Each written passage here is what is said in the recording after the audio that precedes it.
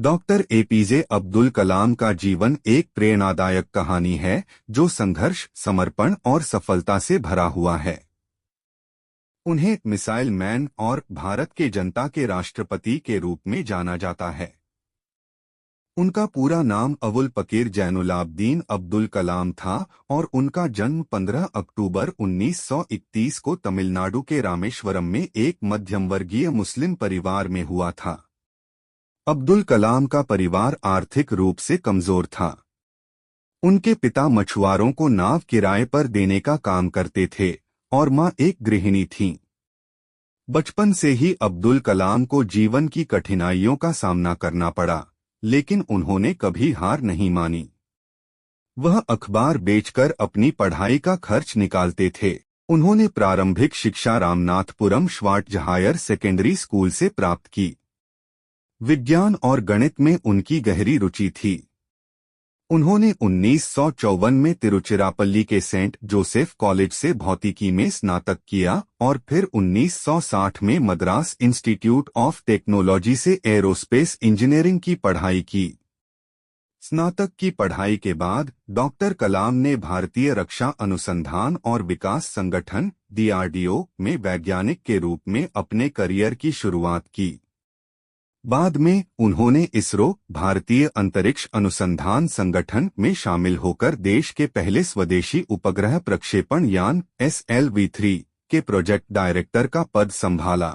1980 में उनके नेतृत्व में भारत ने रोहिणी उपग्रह को सफलतापूर्वक पृथ्वी की कक्षा में स्थापित किया। डॉक्टर कलाम की सबसे बड़ी उपलब्धियों में से एक है भारत के मिसाइल विकास कार्यक्रम का नेतृत्व करना। उन्होंने अग्नि और पृथ्वी जैसी मिसाइलों के विकास में महत्वपूर्ण भूमिका निभाई, जिससे उन्हें मिसाइल मैन के नाम से जाना जाने लगा। 1998 में पोखरण परमाणु परीक्षण में उनकी भूमिका ने भारत को परमाणु शक्ति संपन्न राष्ट्र बना दिया। उनकी इस उपलब्धि ने उन्हें विश्वभर में पहचान दिलाई और उन्होंने भारत को अंतर्राष्ट्रीय स्तर पर एक सशक्त राष्ट्र के रूप में स्थापित किया। डॉक्टर कलाम 2002 में भारत के 11वें राष्ट्रपति बने। उन्हें जनता का राष्ट्रपति कहा जाता है क्योंकि उन्होंने हमेशा जनता के साथ संवाद बनाए रखा और बच्चों व युवाओं को प्रेरित करने के लिए लगातार प्रयासरत रहे। उन्होंने अपने कार्यकाल के दौरान राष्ट्रपति भवन के दरवाजे आम जनता के लिए खोल दिए और सादगी व ईमानदारी से अपने कर्तव्यों का निर्वहन किया।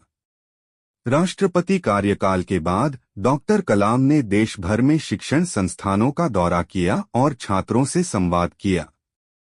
वे मानते थे कि युवा पीढ़ी ही देश का भविष्य है। उन्होंने कई किताबें लिखीं जिनमें विंग्स ऑफ फायर, इंडिया 2020 और इग्नाइटेड माइंड्स शामिल हैं। उनकी आत्मकथा विंग्स ऑफ फायर उनकी जीवन यात्रा का सजीव चित्रण करती है और प्रेरणा का स्रोत है।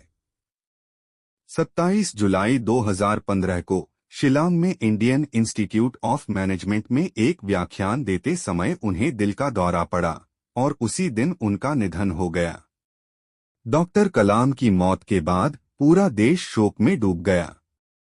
डॉक्टर कलाम का जीवन एक उदाहरण है कि किस तरह कठिन परिस्थितियों से उबरकर महान ऊंचाइयों को छुआ जा सकता है।